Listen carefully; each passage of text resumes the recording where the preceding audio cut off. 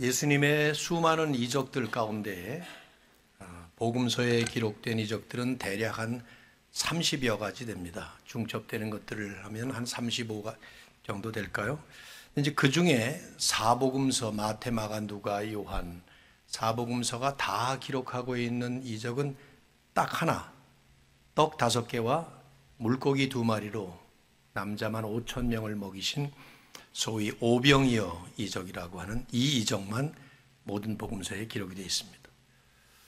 왜 이 이적을 사복음서 기자들은 다 기록했을까 하는 데 대한 신학자들의 많은 분석과 또 묵상들이 있는데, 제가 생각할 때는 적어도 2가지 이유는 있는 것 같아요.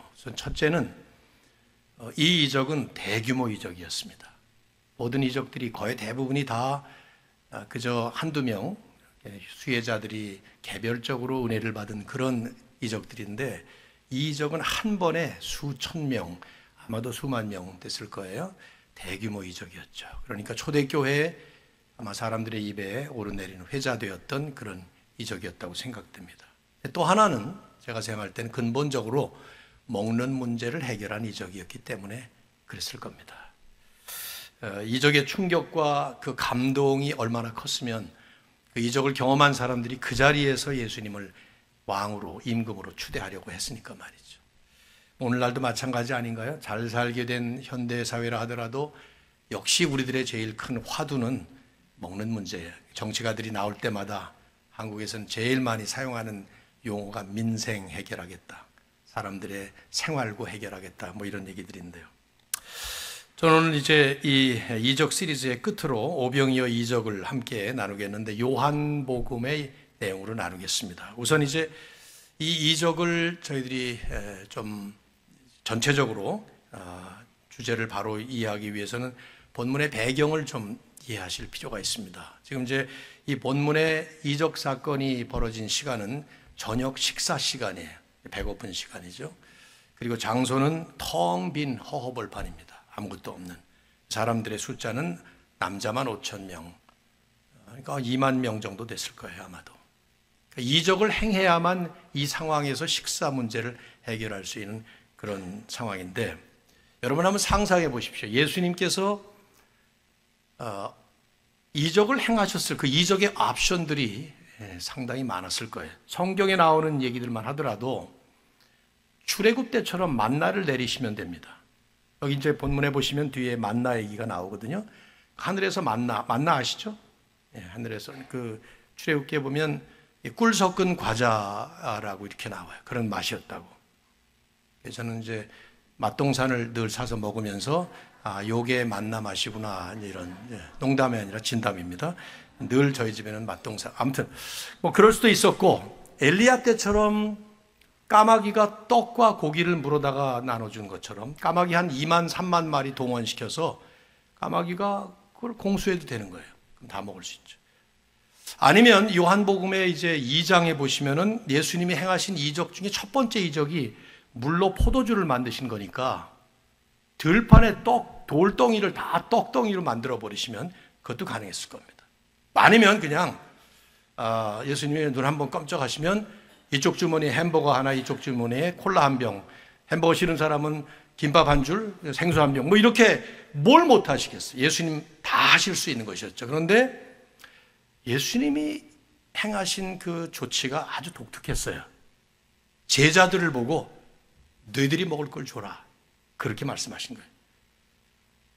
사복음서에 다 똑같이 그렇게 나오고 있습니다. 예수님께서 이적을 행하시면서 제자들을 포함하셨다거나 제자들의 도움을 받으신 적이 있었나요? 없죠. 다 주님 혼자서 하신 일이거든요. 그런데 여기서는 너희가 먹을 것을 줘라. 마태, 마가, 누가는 뚜렷하게 그렇게 말하죠. 다분히 제자들을 일깨우기 위한 목적이 담겨 있었던 것이죠. 일종의 제자도가 이 안에 담겨 있었다, 이 말이에요. 요한은 요한복음의 기록 목적을 요한복음 20장 31절 저 끝부분에 가서 그렇게 적어놨습니다. 아주 명확하게 요한이 쓴 거예요. 내가 이 글을 쓴 것은 예수께서 하나님의 아들 그리스도이심을 믿게 하는 것과 또 그렇게 함으로써 믿는 자들이 영생을 얻도록 이걸 썼다. 그래서 요한은 아주 정교하게 I am, 나는 이다라는 말도 7번, 이적도 7번, 그 완전 숫자로 딱 그렇게만 적으면서 예수가 누구신가를 보여주고 그 예수님을 믿게 함으로써 영생을 얻도록 썼다, 이렇게 썼습니다. 그러니까 지금 이 이적을 통해서 요한이 보여주려는 것도 역시 마찬가지로 예수가 누구신가 하는 걸 보여주면서 그 예수님을 믿고 영원한 삶을, 영생을 얻도록 이걸 쓴 것입니다. 그런데 마태, 마가, 누가와는 상당히 다르게 요한은 여기 두 제자의 이름을 언급하고 있어요. 빌립과 안드레. 마태, 마가, 누가는 안 나와요. 그리고 그들과 나눈 대화의 내용을 간단하지만 한마디씩 구체적으로 적고 있습니다. 이건 분명히 이들의 모습 속에 투영된 우리들의 모습, 오늘 모든 세대를 향해서 그리스도인들이 어떻게 주님과 관계를 가지며 믿음의 생활을 할 것인가 하는 것을 이제 보여주기 위해서 요한은 그렇게 쓴 것이죠. 그래서 우리도 요한이 쓴 것처럼 첫 번째 인물인 빌립, 두 번째 인물인 안드레, 그리고 예수님, 이렇게 이제 오늘 말씀을 나눠서 생각하시면 될 것 같습니다. 말씀을 보시면서 혹은 제가 몇 가지 이제 자막으로 띄워드린 성경 구절을 보시면서 보시면 되겠어요. 우선 6절을 보시면 첫 번째 인물이 등장하는데 빌립이 나옵니다. 빌립이라는 책. 근데 지금 이 이적을 행하시면서 예수님이 빌립을 시험하셨다, 이렇게 이제 요한은 적고 있습니다. 어디서 떡을 사서 먹일까? 근데 그걸 빌립에게 물어보셨는데 그 이유가 빌립을 시험하고자 하심이라. 자, 어떤 시험이 있을까요? 뭘 시험하시려고 했을까요? 또 왜 하필이면 빌립인가요? 뭐 여러 가지 많은 얘기를 할 수 있는데 성경 공부 시간은 아니니까 개괄적으로만 설교 주제에 맞게만 말씀을 드린다면, 요한복음에서 빌립은 상당히 일관성 있는 한 가지 모습을 보여줍니다. 1장에 보면 빌립이 예수님을 제일 먼저 따른 제자들 가운데 한 사람인데, 예수님을 만난 다음에 친구인 나다나엘에게 가서 그런 말을 해요. 내가 구약에서 선지자들이 말한 그분을 만났다. 나사렛 예수라는 분이다. 그랬더니 나다나엘이 야, 나사렛에서 무슨 선한 게 나오냐. 그러니까 거기 유명한 말을 빌립이 대답으로 하죠. 와보라, 그런 말을 해요. 이 와보라, 여러분 뭐 익숙하지 않아요? 전도할 때 많이 써먹는 거 아닙니까? 근데 빌립이 했던 말은 정확하게 두 단어예요. 와서 봐라, 그 말이에요. Come and see. 내가 직접 와서 직접 눈으로 보면 알 거야. 빌립은 보는 것이 중요한 사람이었어요. 14장에 가서 보시면은 예수님께서 십자가에 달리신다는 말씀을 하시니까 뜬금없이 빌립이 요청을 한 요청이 아버지를 우리에게 보여주옵소서. Show us the Father. 그런 말을 해. 그러면 족하겠나이다. 예수님이 그 말을 듣고 책망하듯이 여태까지 나와 함께 있었으면서도 그런 질문을 하느냐, 그런 요청을 하느냐. 나를 본 자는 아버지를 보았거늘 어찌하러 아버지를 보이라 하느냐. 그런 얘기를 한 것이죠. 즉 보이지 않는 하나님을 보여달라. 이렇게 이제 빌립은 요청했던 거예요. 그러니까 요한이 그린 그 빌립의 일종의 프로필은 어떤 그림이냐 하면 눈에 보이는 것이 아주 중요한, 그래서 보이지 않는 하나님도 보여달라고 요청할 만큼 눈에 보이는 가시적 증거, 머리로 이해가 되는 지성적인 이해가 아주 중요했던 그런 사람으로 그리고 있어요. 여기서도 어디서 이 사람들에게 떡을 사서 먹일까? 예수님의 말씀이 떨어지자마자 순식간에 빌립이 머리가 돌아간 거예요. 사람들 숫자를 세고 한 사람당 떡 2개, 3개, 이 정도 다 먹이려면은 이건 적어도 200명이 하루 종일 일해서 법는 품삯 200데나리온도 부족하겠다. 7절에 대답을 하죠. 200데나리온의 떡도 부족하리이다. 리안 모리스라고 하는 호주의 신약 학자는 빌립은 지금 해결책을 예수님께 드린 것이 아니라 불가능하다라는 팩트를 지적하고 있는 것이다. 예수님이 이거 불가능합니다. 그런 얘기를 한 거란 말이죠. 사실 이런 빌립의 모습, 자연스러운 모습 아닌가요? 이런 상황에서 산술적인 계산을 통해서 논리적인 판단을 내리는 거, 이건 누구나 하는 거 아닙니까? 여러분은 안 그러신가요? 이런 질문 받으면 당연히 이런 과정 할 거 아니에요. 문제는 그런 산술과 계산, 또 그에 따른 어떤 논리적인 이해와 지성적인 판단이 자기 한계 수치를 넘어간다라고 할 때 내리는 결론이죠. 신앙인임에도 불구하고 impossible, 불가능합니다 하고 결론 내린 거예요. 이게 왜 중요하냐? 예수님이 빌립을 시험하신 것이 이런 반응일까요? 예수님께서 지금 200데나리온 언제 계산했냐? 기가 막히게 계산 빠르네. 전자계산기보다 빠르네. 뭐 이런 반응이 예수님이 보였습니까? 예수님이 그거 보자는 거예요, 지금? 아니면 그런 계산과 분석의 결과로 인해서 불가능하다라는 그런 논리적인 결론을 듣고자 한 것입니까? 아닐 거예요. 왜냐하면 빌립은 여기까지 오는 동안에, 요한복음 6장까지 오는 동안에 예수님의 이적을 이미 여러 번 경험했습니다. 요한은 이유가 있어서 7개만 기록을 하지만 그거 더 될 거예요, 아마. 적어도 요한복음에 나온 것만 보더라도 물로 포도주를 만드시는 것을 현장에서 목격했어요. 모든 제자들이 그걸 보고 하나님께 영광을 돌리는 하나님의 영광을 경험했다. 요한은 적고 있죠. 4장에 가면 죽어가는 아들을 살려달라고 하는 왕의 신하의 그 요청에 예수님은 그 현장에 가시지도 않고 멀리서 그냥 나왔다. 그래서 그걸 고친, 그걸 빌립이 경험한 거예요. 바로 앞장에 보면 베데스다라고 하는 못가에 38년 동안 전혀 움직이지 못하던 완전히 불구였던 사람을 그 자리에서 일어나 걸으라 그러니까 완전히 치유해버리는 그런 역사를 빌립은 본 것입니다. 빌립이 여기서 지금 예수님께 보였어야 될 반응이 있었다면 가상하는 거지만은 이런 거 아니겠어요? 주님, 이 상황은 우리 힘으로 해결 못합니다. 우리가 어떻게 하라고, 우리 보고 하라 그러십니까? 우리는 못합니다. 그러나 주님은 하실 수 있습니다. 당신께서 이적을 베푸시죠. 뭐 이런 반응 아니었을까요? 빌립은 거기까지는 가지 못한 거예요. 논리적 사고의 한계라고 할까요? 이성적인 신앙의 맹점이라고 할까요? 어떤 합리적인 판단의 자기 굴레 같은 거기 갇혀 있는 것이죠. 우리도 그러지 않습니까? 영락없는 우리 모습이에요. 여러분도 그렇고 저도 그렇고 늘 사도신경, 전능하신 하나님을 믿는다고 말합니다. 전능하사 천지를 만드신 하나님, 이게 사도신경의 첫 번째 나온 얘기 아니에요?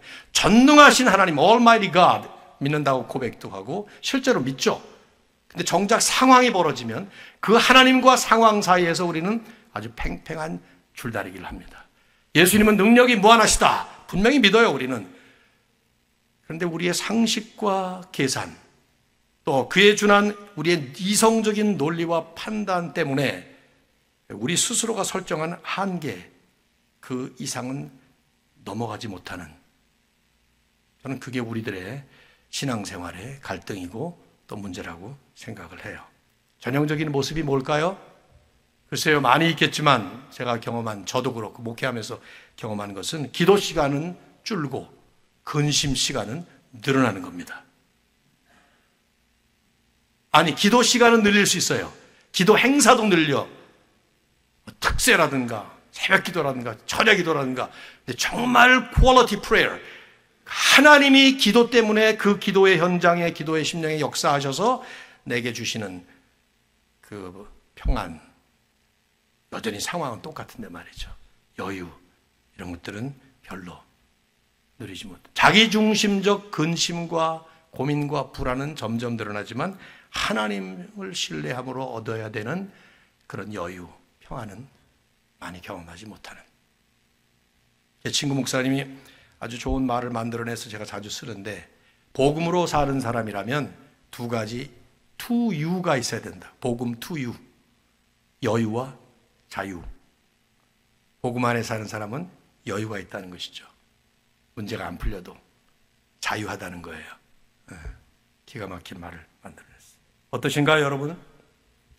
밤에 잘 주무시나요? 뭐 이런 얘기를 하면 지금 적용하려면 한두 끝도 없이 갈 수 있는데, 잘 주무세요? 체질 때문에 잘 못 잘 수도 있겠죠. 저도 평생을 너무 잘 자는 여자하고 살다 보니까 베개에 머리가 닿기 전에 그냥 자는 사람들 종종 있는데, 그 중에 한 분인데 제가 같이 살고 있는 분이, 그러다 보니까 종종 내가 믿음이 약해서 나는 잠이 안 오고 이 사람은 이렇게 잠을 잘 자네, 이런 생각이, 체질, 그럼 가끔 제 아내는 저보고 자기가 믿음이 좋아서 그렇다는데 제가 볼 땐 체질이야, 체질. 네. 네. 그런 사람도 있는데, 종종 우리가 잠 못 자는 이유가 하나님에 대한 신뢰가 떨어지기 때문에 잠을 못 잘 때 많이 있습니다. 고백할 수 있어요, 목사라도. 여러분은 밤잠을 잘 주무시나요? 자, 이렇게 이제 진행이 되는데 두 번째 인물이 등장을 해요.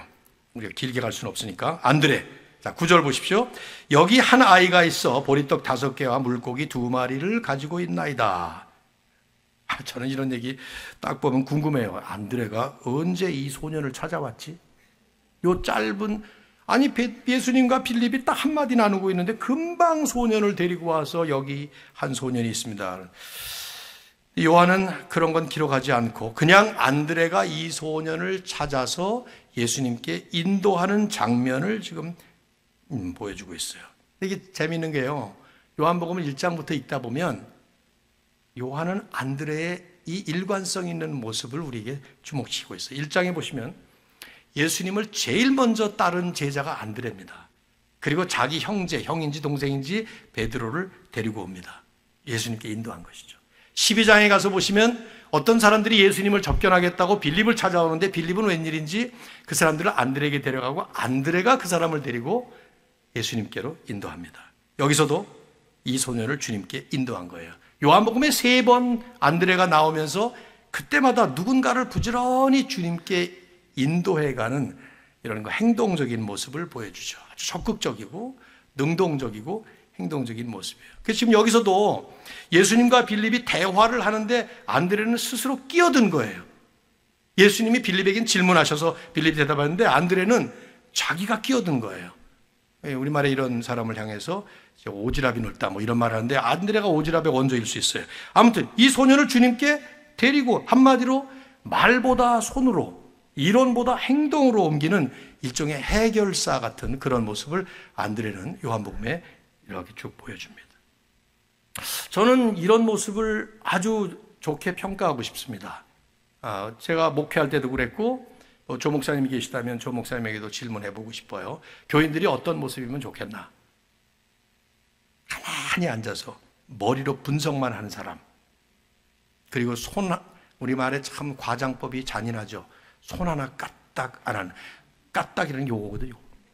아무리 하면 요걸 안 하는 사람이 어디 있어. 근데 오죽하면 그런 말을 들어. 손 하나 까딱 안 한다고. 근데 요런 사람들로 가득 차는 게 좋겠어요? 아니면 안드레처럼 지금 문제가 있다니까 나름대로 해결해 보려고 뛰어가 막, 그래서 뭐 여기 소년이 데려오고 이런 사람이 좋겠어요?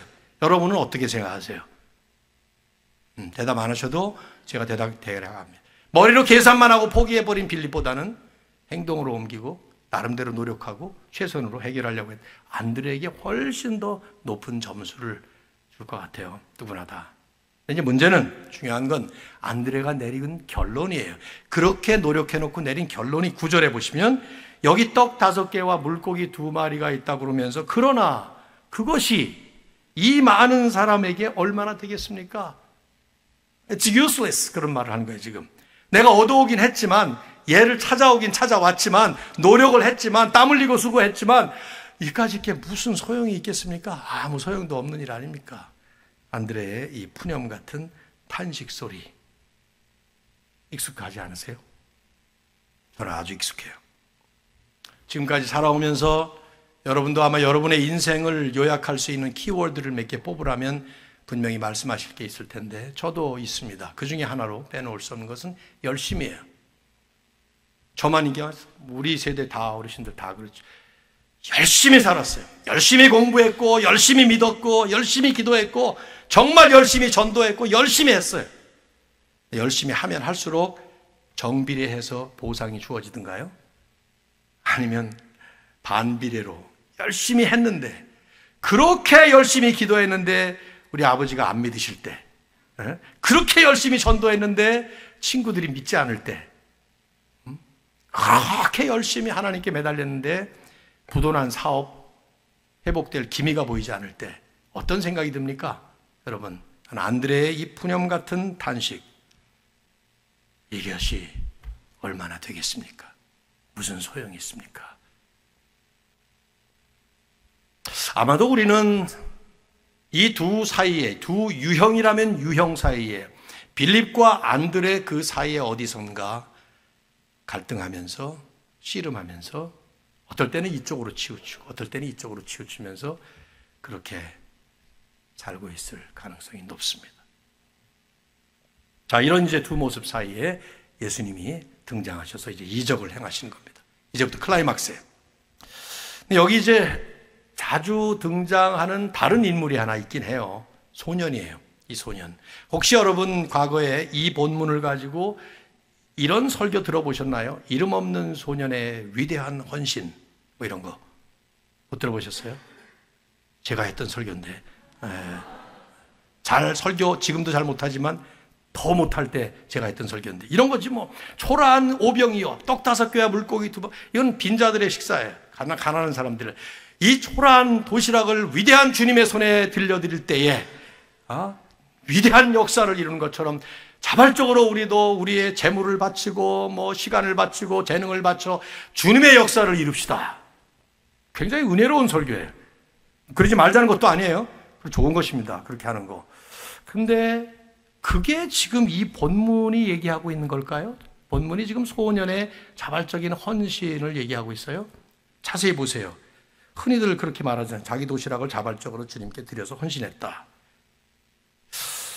아닐걸요. 제가 생각할 때는 안드레가 강제로 끌고 왔을 가능성이 아주 높아요. 이 빌립과 예수님이 얘기하는 걸 이렇게 듣다가 안드레가 보니까 쟤는 항상 저렇게 말만 그냥 계속 저렇게 떠들어. 그러다가 자기 딱 보니까 행동하려고 딱 보니까 옆에 어떤 소년이 있는 거야. 근데 뭘 차고 있어. 그건 뭐냐? 도시락이 어디서 났어? 엄마가 예수님 따라다니면서 밥 굶지 말라고 싸주신 거예요. 그거 내놔봐. 싫어요. 내 건데. 내놔봐 임마. 예수님께 드리면 놀라운 일이 일어날 거야. 내놔봐 임마. 그래서 옥신가. 난 이 장면이 지금 그려져. 지금 여기 한 소년이 있어. 이러고 있는 거예요 지금. 모르죠 뭐 우리는. 왜? 요한이 말을 안 하고 있으니까. 이 요한은 소년의 믿음, 소년의 자세, 뭐 자발적 헌신 이런 거에 대해서 전혀 언급하지 않아요. 마태, 마가, 누가, 공관복음서는 아예 소년을 등장도 안 시킵니다. 거긴 나오지도 않아요. 왜 그럴까요? 간단하죠. 이유는 이적의 초점이 이 소년이 아닌 예수님께 있었기 때문이죠. 그래서 요한은 그 예수님, 빌립이 자신의 계산과 이론 속에 빠뜨려버렸던 그 예수님, 안드레가 자기 노력만으로 끝내지 말고 더 나아가서 신뢰했어야 될 그 예수님, 그분이 주인공이고 그분이 초점이시기 때문에 다른 걸 다 생략합니다. 뭐 소년이 헌신했을 수도 있겠죠. 자발적으로 도시락 드렸을 수도 있고요. 근데 그게 중요하지 않다는 거죠. 예수가 누구냐 하는 것이 중요했다는 말이에요. 그래서 이적의 진행 과정, 어떤 식으로 어떤 화학적이고 물리적인 작용을 통해서 이런 오병이어 이적이 일어났는지 여러분 궁금하지 않습니까? 저는 무척 궁금해요. 어떻게 떡 인절미 5개, 그 다음에 그 멸치 그 떡이 딱딱하니까 양념으로 먹으라고 요만한 정어리 같은 거 그런 거 2마리라는 말이에요. 참치 덩어리가 아니고. 근데 그런 게 어떻게 2만 명을 먹일 수 있냐? 상상이 되세요? 그러다 보니까 자유주의 신학자들은 별의별 상상을 다 하면서 예수님이 앞에다 놓고 나서 축사를 하실 때에 모든 사람들이 눈 뜨고 자기 주머니에 가지고 있었던 도시락을 꺼내서 같이 나눠 먹다가 12방주리에 남았다. 어떤 사람은 식욕이 좋아서 많이 먹고 어떤 사람은 적게 먹었을 테니까. 이거 완전히 제가 붙이는 칭호는 또라이 해석이라고 저는 얘기를 하고 싶은데 완전히 엉터리 해석이지. 이적이야 이적. 근데 그 이적을 좀 적어놨으면 얼마나 좋을까 하는 생각이 들지만 안 적은 거예요. 왜? 그런 얘기를 쓰는 순간 우리는 이적에 우리 눈이 맞춰집니다. 요한을 포함해서 모든 성경 기자들은 그리스도가 누구냐 이게 중요했던 것이죠. 그래서 다 생략하고 요한은 딱 2가지 중요한 강조점을 쓰고 있습니다. 이걸 기억하시면 좋겠어요. 첫째, 모든 군중들이 아주 맛있게 풍성하게 먹었다 하는 내용이에요. 2번을 반복하고 있죠. 11절 보십시오. 그들의 원대로 주시니라. 소원대로. 그러니까 한 조각 2조각을 먹은 게 아니라 as much as they wanted. 또 먹고 달라 그래서 또 먹고 원대로 먹었단 말이에요. 12절에 그들이 배부른 후에, 이걸 정확하게 표현한다면 배 터지게 먹은 후에 그런 말이에요. 마치 버페 식당에서 실컷 먹은 그런 거죠. 그리고는 공관복음에 없는 사실 하나를 더 추가하고 있어요. 남은 조각을 거두고 버리는 것이 없게 하라 명령하시는 거예요. 공관복음서들도 다 같이 12광주리에 남았다라는 그 팩트는 쓰는데 요한복음은 그것을 예수님이 명령하신 것이라고 말합니다. 하나도 버리면 안 돼. 다 싸가야 돼. 이런 말씀을 하신 거예요. 왜 그랬을까요? 여러분 식당에 가셨다가 식사하시고 나서 남은 음식이 남으면 어떨 때 싸갑니까? 어떨 때 싸가세요? 응?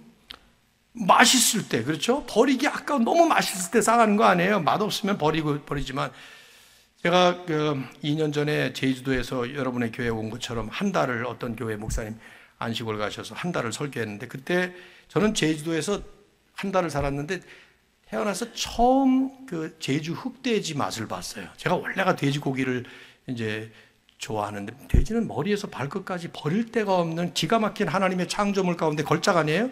근데 그 중에 흑돼지는 더 멋있는 돼지예요.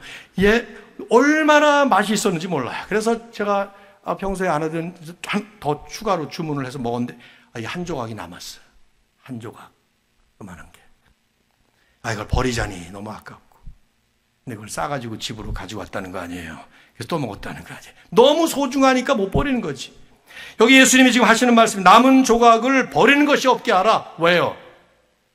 이건 그냥 단순히 보리떡 5개와 물고기 2마리의 식사가 아니에요. 아틀란타의 최고 맛집에 최고로 맛있는 그 정찬을 배부르게 먹고도 남은 거 버릴 수 없는 그런 잔치였던 것이죠. 요한이 전하는 메시지는 아주 뚜렷합니다. 우리 주님 예수 그리스도는 최고의 은혜를 아주 풍성하게 베푸시는 진정한 은혜의 주님이시다. 있습니까, 여러분? 우리가 믿는 주님이 그런 분이라는 거죠. 여기의 핵심은 주님이 베푸시는 은혜보다 주님 그분께 핵심이 있습니다. 지금 이 군중들은 이 점을 놓쳤어요. 이제 우린 15절까지 읽고 26절, 35절 이렇게 띄어서 읽었는데 뒤에 쭉 보시면 이적의 후폭풍이 진행이 됩니다. 이 사람들이 계속 예수님을 따라가요. 그때 예수님이 뒤를 돌아보시면서 26절 말씀을 한 거예요. 너희가 나를 찾는 것은 표적을 본 까닭이 아니야. 표적은 영어로 사인이라고 나와요. 떡을 먹고 배부른 까닭이로다. 표적 뭡니까? 실체를 가리키는 사인입니다. 여기 아틀란타 세교회를 들어오다 보면 저 큰 길에 사인이 있어요. 아틀란타 세교회. 그 사인이에요. 그 사인은 이 실체를 가리키는 사인이에요. 간판이라 이 말이죠. 오병이어 이적은 예수 그리스도라는 실체를 가리키는 사인에 불과한 것이었는데 이 사람들은 그 사인에 불과한 떡의 도취가 되어서 실체이신 예수 그리스도를 보지 못한 것입니다. 지난주에 나병 환자들 가운데 9명은 병 치유는 받았지만 예수님은 알지 못했던 것 같은 것이죠. 주님은 전곡을 찌르십니다. 35절에 이 6장 전체의 핵심 구절이에요. 나는 생명의 떡이니, 이걸 뉘앙스를 살려서 말한다면 우리말은 내가 생명의 떡이니 그 말이에요. 지금 너희들이 먹은 떡이 그게 생명의 떡이 아니라 내가 I am the bread of life. 그 요한복음에 I am이라는 이 아주 중요한 나는 이다 라는 이 말씀 7번 나오는데 그 중에 첫 번째로 등장하는 얘기예요. 내가 바로 생명의 떡이다. 너희들이 먹은 그 떡, 먹으면 또 배고파지는 세상의 떡과는 종류가 다른, 차원이 다른 진정한 생명의 떡, 그게 바로 나다. 나로부터 나오는 떡이 아니라 내가 바로 그런 생명의 떡이다. 나를 믿는 자, 먹어도 배고프지 아니하고 마셔도 고갈되지 않는. 여러분과 저는 그런 분을 지금, 그런 예수님을 주님으로 섬기고 있는 것입니다. 우리가 예수 믿는다는 것이 무엇인지를 점검해 보게 만드는 말씀이에요. 또 하나 요한이 강조하는 것, 모든 군중들이 즉각적으로 임금으로 삼으려고 했어요. 자, 여기 14절을 보시면 감동한 군중들이 외치는 소리가 나오죠. 이는 참으로 세상에 오실 그 선지자라. 그 선지자, the prophet. 언젠가 나왔던 선지자겠죠. 그란 말이. 그렇죠? 오래전 신명기 18장에 보시면은 하나님께서 모세를 향해서 말씀하셨어요. 내가 너와 같은 선지자 하나를 백성들을 위해서 일으키겠다. 예언했던 그 선지자. 그래서 유대인들은 다 알고 있었어요. 언젠가 이 그 선지자라고 모세와 같은 그런 분을 메시아로 보내신다는 것을 알고 있었죠. 메시아 신학을 가지고는 있었는데 그들의 그 메시아 신학은 약간 빗나갔어요. 이 메시아가 오면 먹고 사는 민생고 해결해 줄 거라고 생각을 했고 로마의 통치로부터 이들을 해방시킬 거라고 생각을 했던 거예요. 그래서 지금 이 감동돼서 즉각 그 자리에서 이분이구나 바로 왕으로 세우려고 그렇게 했던 것이죠. 근데 주님은 그걸 뿌리치십니다. 왜요? 그냥 왕으로 되시면 되는데 예수님은 이런 방식으로 왕이 되실 분이 아니었어요. 먹고 마시는 문제 잠시 이렇게 해결해 주는 것으로 세상 왕들이 하는 식으로 해결하는 그런 왕이 아니셨기 때문에요. 어떻게 왕으로 오신 분입니까?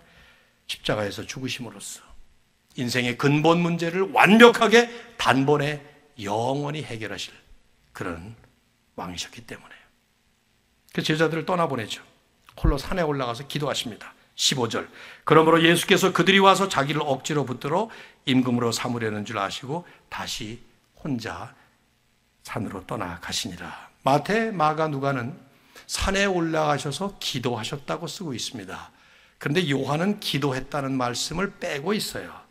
성경학자들은 아마도 그것은 요한복음이 가장 마지막에 쓰인 성경이기 때문에 마태, 마가, 누가복음을 다 접했던 독자들에게 이미 산에 올라가서 기도하신 것을 알고 있는 독자들에게 이렇게 썼기 때문에 생략했을 것이다. 그러면서 더 오히려 무슨 기도를 하셨을까를 묵상하게 만드는 것이다. 이렇게 바로 해석을 했어요. 무슨 기도를 하셨을까요? 십자가를 기도하신 거죠. 카를슨이라고 하는 신학자가 이렇게 말을 했어요. 지금 이 순간에 예수님의 모습을 그리면서 예수께서는 자신의 왕국이 승리를 거두는 방식을 잘 알고 계셨다.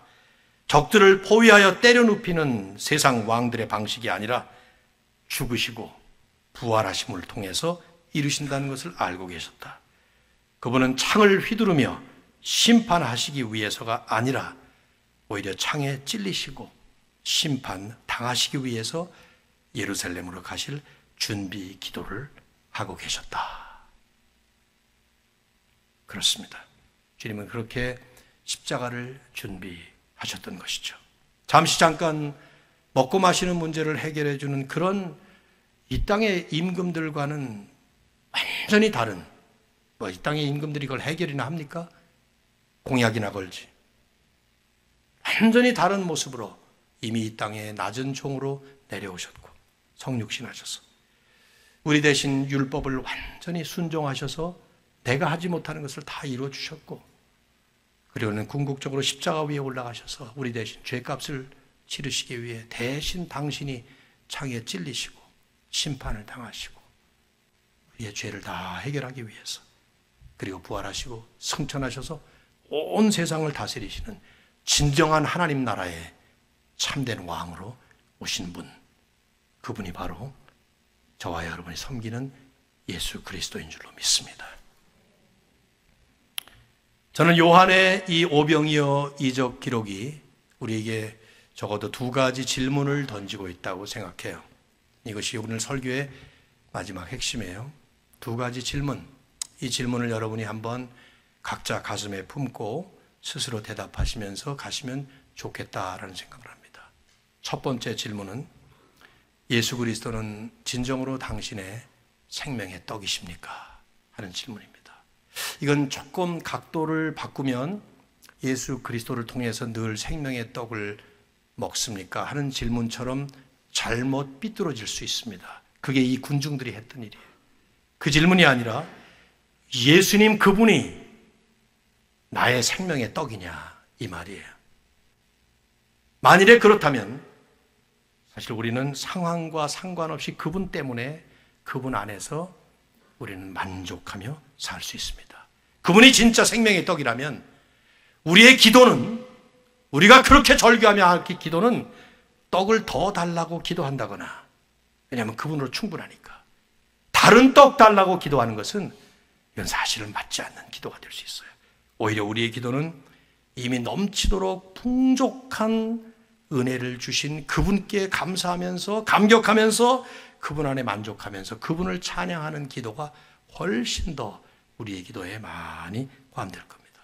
인생이 잘 풀리면 잘 풀리는 대로 그 잘 풀리는 삶의 여건 때문에 감격하는 것이 아니라 그분 때문에 안 풀려요? 안 풀리는 대로.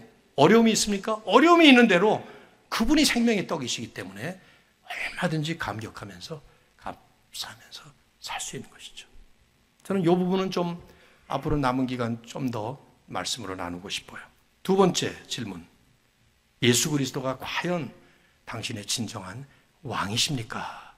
하는 질문입니다.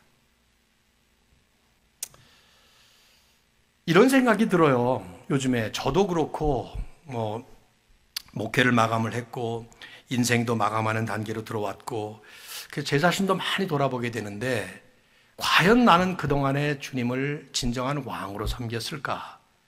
아니면 전능한 종으로 섬겼을까 하는 생각이 듭니다.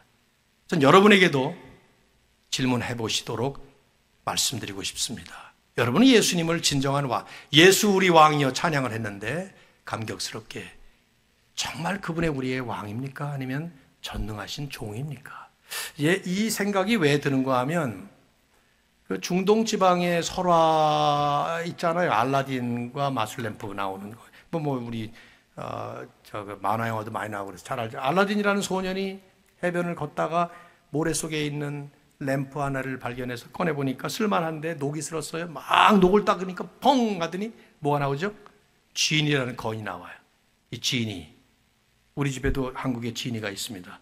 지니야 TV 틀어 그럼 TV 틀고 지니야 채널 24 그럼 24로 바꾸고 뭐 그래요. 여기도 있는지 모르지. 근데 걔는 그거밖에 못해. 근데 이 알라딘의 지니는 전능한 존재예요. 뭐든지 다 할 수 있어요. 집 가져오면 집 가져와 뭐 다 가져올 수 있어요. 근데 알라딘의 종입니다. 주인은 알라딘이에요.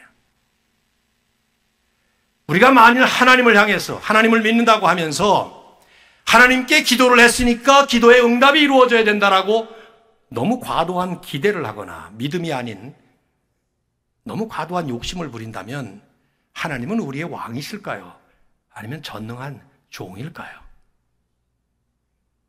과연 우리는 하나님을 진정한 왕으로 섬기기 때문에 그분의 절대 주권에 순종해서 어려운 일을 주시면 어려운 대로, 고난을 주시면 고난 그대로, 당신의 뜻대로, 그리고 그분께 맡기면서 할 수 없이 주먹 불끈 쥐고 이를 갈면서 그분을 섬기는 게 아니라 진정으로 그분의 주권에 순종하면서 감격, 감사하면서 그렇다면 왕이겠죠.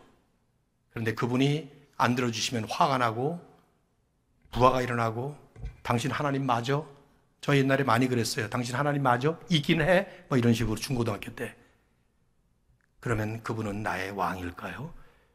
종일까요? 한국에 가서 제가 이제 저녁 때마다 산책을 하게 되는데 산책을 하면 꼭 만나는 분들이 이제 반려견을 끌고 나와서 산책하는 분들이에요. 굉장히 많아요. 뭐 공원에 가면 다 산책들 하는데 근데 그때 이런 생각이 문득 들었어요. 강아지가 종종 가고 뒤에서 이제 주인이 따라가시면서 이제 비닐봉지를 하나 가지고 가자.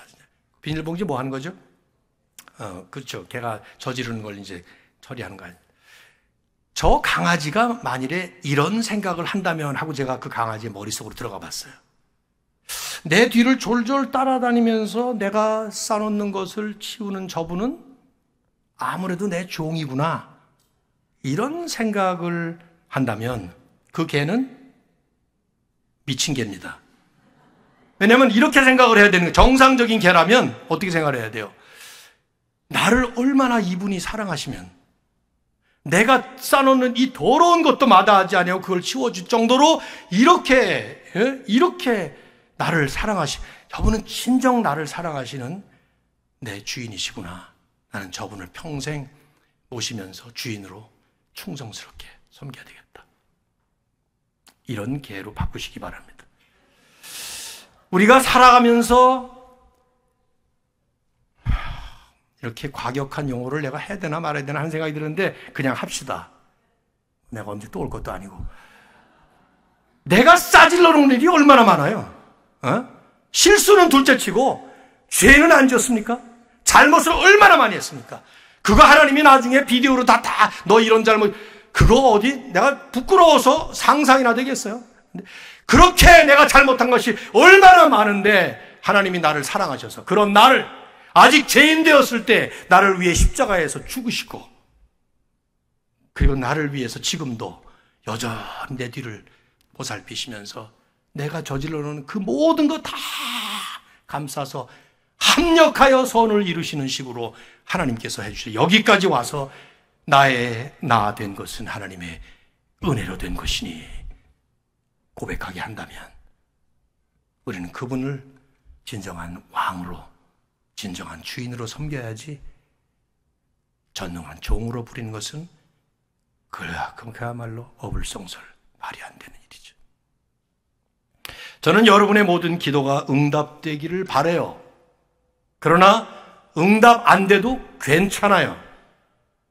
그분이 더 잘 아시고 그분이 알아서 다 합력하여 선을 이루실 것이기 때문에 그런 주님을 섬기시기를 진정 주님의 이름으로 축원합니다. 오병이어 은혜를 경험한 이 군중들, 너무 황홀한 나머지 그 자리에서 왕으로 모시려고 했어요. 근데 이것은 그들의 오해였습니다.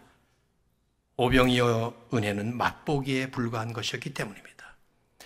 그래서 그들은 예수님을 왕으로 섬기려고 그 자리에서 추대하려고 했지만 주님은 거부하셨죠. 왜요? 그건 맛보기예요. 그냥 일시적인 거예요. 언젠가 하나님 나라에서 완성될 그 완전한 천국 잔치의 에피타이저에 불과한 거예요. 아무리 좋은 것을 우리가 경험한다 하더라도, 아무리 좋은 것을 우리가 지금 누리고 산다 하더라도 분당보다 천당보다 분당이 더 낫다고 이런 헛소리를 하는 사람들이 엄청나게 많더만 보니까 이 세상에서 아무리 좋은 거를 누리고 산다 하더라도 그건 전부 다 맛보기에 불과해요. 여러분 돈이 많습니까? 건강하십니까? 자녀들이 잘 되었습니까? 그리고 사는 게 너무나 좋습니까? 지금 전부 다 맛보기에 불과합니다. 언젠가 천국에서 완성될 그 마지막 완성의 천국 잔치의 에피타이저일 뿐이에요. C.S. 루이스는 정확하게 잘 말했죠. 이 세상에서 우리가 아무리 좋은 것을 경험한다 하더라도 그 모든 좋은 것들은 우리가 아직 발견하지 못한 꽃의 향기에 불과하고 아직 들어보지 못한 진짜 소리의 메아리에 불과하며 아직 가보지 못한 그 나라의 소식에 불과하다. 정확하죠? 이 땅의 모든 좋은 것들 천국의 그림자입니다. 향기는 맞지만 만발한 꽃은 아직 보지 못했습니다. 진짜 소리가 아니라 메아리 소리에 불과합니다. 그리고 하나님 나라 소식은 소식이지만 뉴스에 불과하고 아직 거기 도달하지는 않았습니다. 그래서 우리는 당분간 이 땅에서 이 맛보기에 만족하는 겁니다. 물론 그 맛보기를 우리 주님이 생명의 떡으로 오셨기 때문에 주님 안에서 충만히 감격하며 누릴 수 있죠. 하지만 여기가 끝이 아니라 우리의 마지막 종착역은 하나님이 마지막에 완성하실 그 역사의 클라이막스예요. 그때 하나님 나라가 완성될 때 우리 주님은 그 나라의 진정한 왕으로 세상을 다스릴 것이고 그때 여러분과 저는 정말 주님을 진심으로 믿는다면 그분과 함께 영원토록 이 완벽한 하나님의 은혜를 부족함 없이 충만하게 누리게 될 것입니다. 그것은 지금 이 땅에서 맛보는 것과는 어떤 것과도 비교할 수 없는 충만한 아름다움과 찬란한 영광으로 가득 찬 거예요. 그때 우리는 뜻밖의 들판잔치가 아니라 약속된 천국잔치에서 떡 5개와 물고기 2마리의 잔치가 아니라 그야말로 상상 못할 풍성한 하늘잔치에 들어가서 더 이상 배고픔도 목마름도 슬픔도 아픔도 괴로움도 어려움도 없는 영원토록 완벽한 하나님의 은혜를 누리게 될 것입니다. 그날이 올 때까지, 주님 다시 오실 그때까지 우리는 이 땅에서 순례자의 길을 가는 것이죠. 가는 과정 속에 우리는 생명의 떡이신 예수님 때문에 그 안에서 충만한 만족을 누리며 갑니다. 그러나 여기가 마지막이 아니라 그걸 완성하실 우리 주님을 왕으로 모시면서 그 마지막 나라가 완성될 그날을 소망하며 나아가는 겁니다. 이런 아름다운 순례자의 행보가 계속될 수 있기를 주님의 이름으로 축원합니다. 하나님 고맙습니다. 오늘도 귀한 예배를 주시고 또 예배 속에 말씀을 주셔서 오병이어의 잔치 맛을 보면서 마지막에 이루어질 그날을 소망하며 나아갑니다. 주님, 우리의 발걸음을 끝까지 그렇게 인도하여 주시옵소서. 예수 그리스도의 이름으로 간절히 기도드립니다. 아멘.